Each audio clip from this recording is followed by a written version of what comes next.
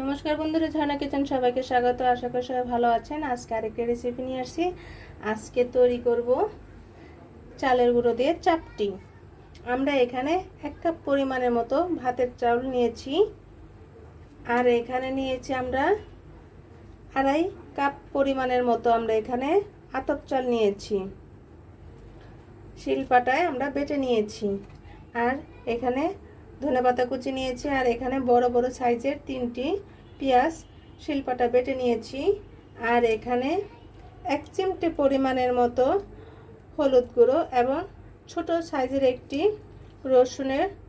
আস্ত রসুন কোয়াগুলো আমরা শিলপাটা বেটে নিয়েছি। আর এখানে আমরা বড় বড় সাইজের 4টে শুকনো লঙ্কা আমরা হাত দিয়ে ম্যাশ করে নিয়েছি।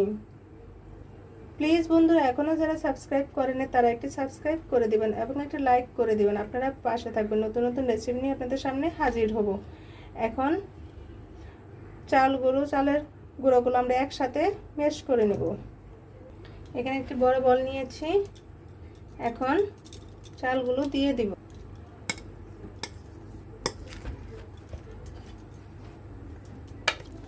আপনারা পুরোপুরিভাবে একটু দানা দানা যেন থাকে, ঠিক এরকম যেন একটু দানা দানা ভাব থাকে, তাহলে খেতে ভালো লাগবে।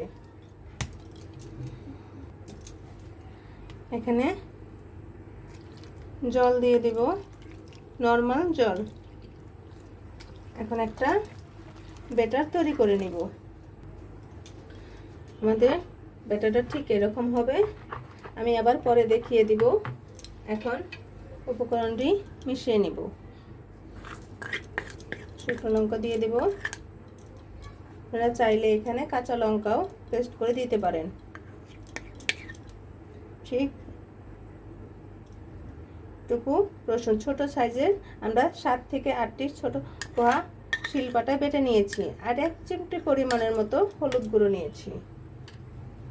আমরা বড় বড় সাইজের এখানে পেঁয়াজ শিলপাটায় বেটে নিয়েছি। 3 থেকে 4টে পেঁয়াজ আমরা শিলপাটায় বেটে নিয়েছি এবং ধনেপাতা কুচি এবং প্রয়োজন মতো লবণ। এখন ভালোভাবে মিশিয়ে নিতে হবে। দেখুন বন্ধুরা, গোলাটা ঠিক এরকম হবে। ব্যাটারটা এইরকম পাতলা হবে, বেশি ভারীও হবে না, বেশি পাতলাও হবে না। এখন আমরা চাপটিগুলো বানিয়ে নিব। আমরা এখানে একটি তাওয়া বসিয়ে দিয়েছি। তাওয়ার মাঝে কোনো তেল দেইনি। এখন ব্যাটারটার মাঝে আমরা 2 চামচ পরিমাণের মতো দিয়ে দিব। এখন চামচে পিছন সাইড দিয়ে আমরা এভাবে ঘুরিয়ে ঘুরিয়ে করে নেব।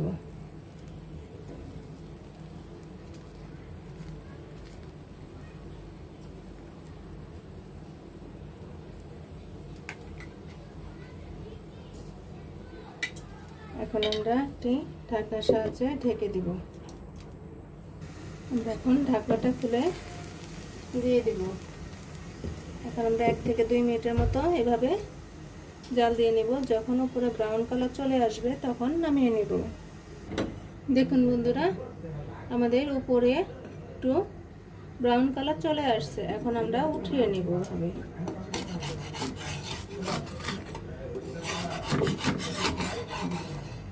আপনাদের সুবিধার্থে আমি আরেকটি দেখিয়ে দিচ্ছি।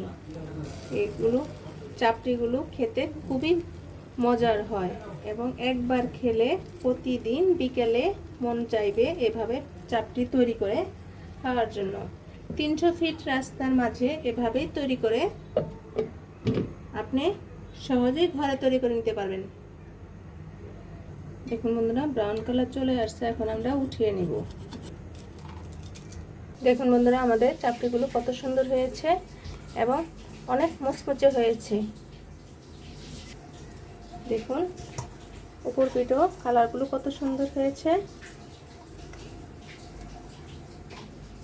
ভিডিওটি দেখার জন্য ধন্যবাদ। Thank you.